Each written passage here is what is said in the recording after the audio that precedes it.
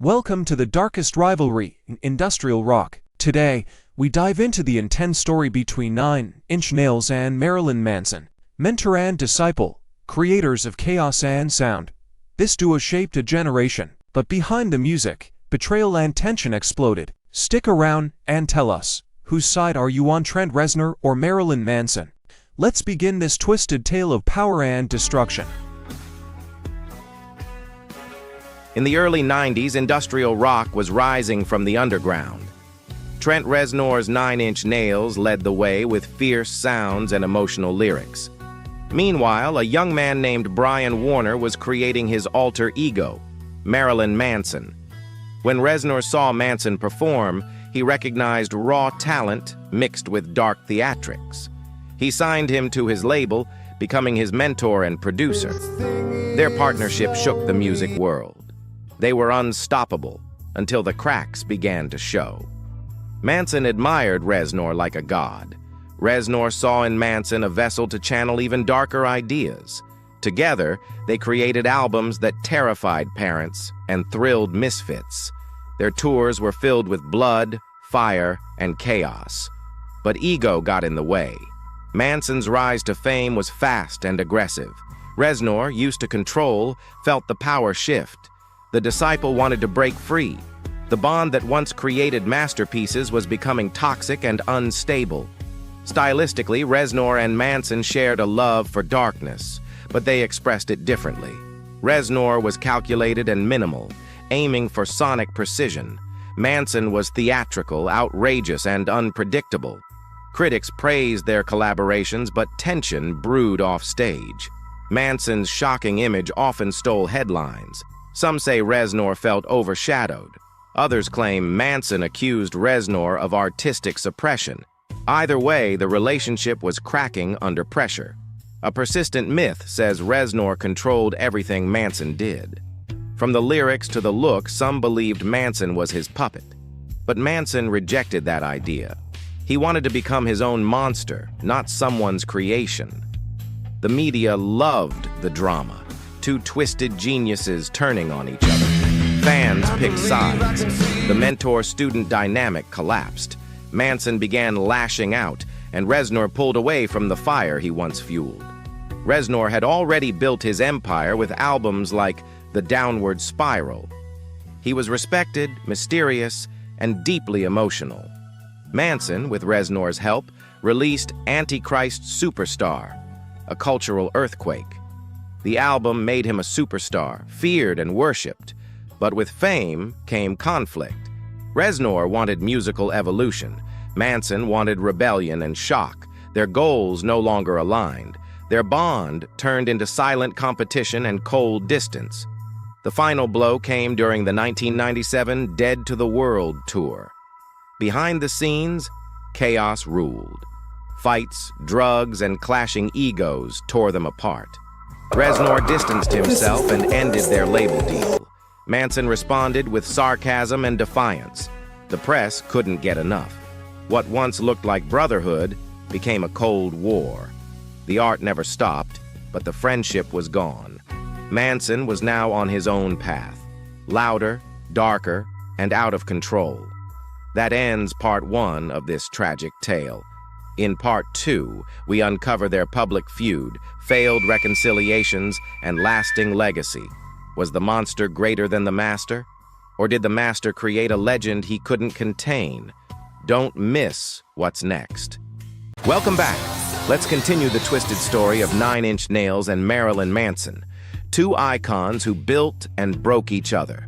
Get ready for betrayal, legacy, and the final fallout. After the split, interviews turned hostile. Manson accused Reznor of manipulation and betrayal. Reznor called Manson a disappointment and cut ties completely. Allegations of sabotage, ego wars, and abuse exploded in the press.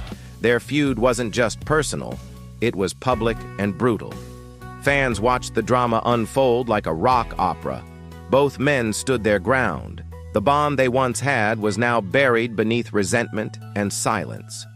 While Manson stayed in the spotlight with controversy, Reznor evolved.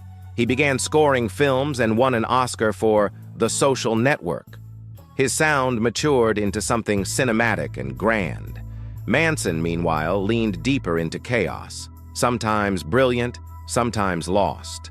The contrast became obvious. Reznor refined himself. Manson burned brighter and faster. Their careers now moved in opposite directions, both marked by the past they shared. Years later, Manson mentioned wanting to reconnect.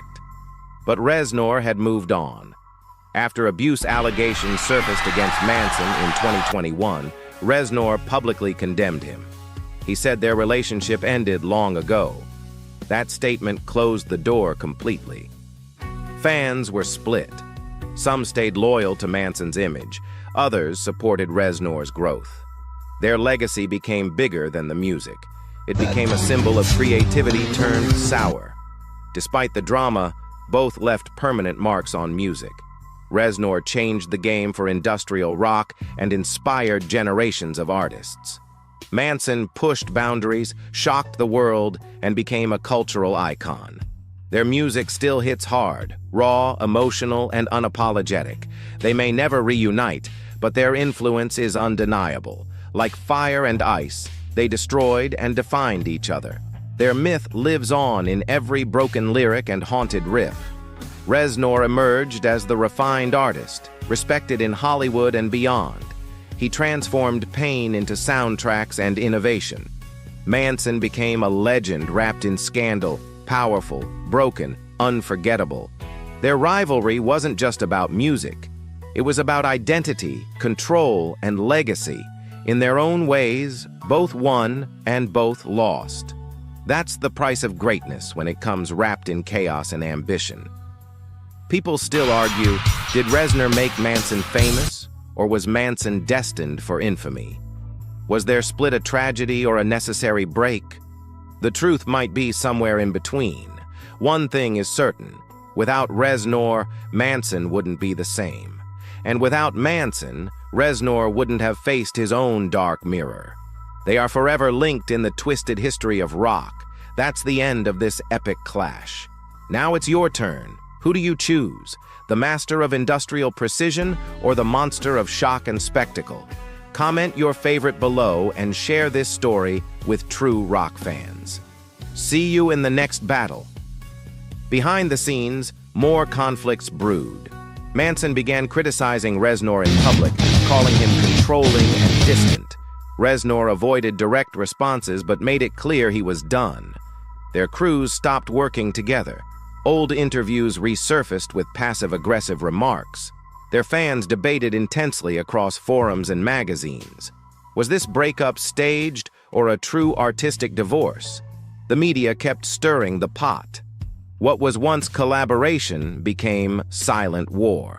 No words, no reunions, only tension, distance, and mystery between two former giants of the same storm. Their story teaches a harsh truth about fame, power, and creative relationships. What begins as inspiration can turn into obsession. The industry loves a rise, but loves a fall even more. Reznor and Manson's saga shows how thin the line is between collaboration and rivalry. Their legacy isn't just music, it's a cautionary tale. Every lyric hides a wound, every concert a message. They changed rock forever, but also destroyed a friendship. In the ashes, fans still find meaning. That's the haunting beauty of their rivalry. It never truly ends, it just evolves with time.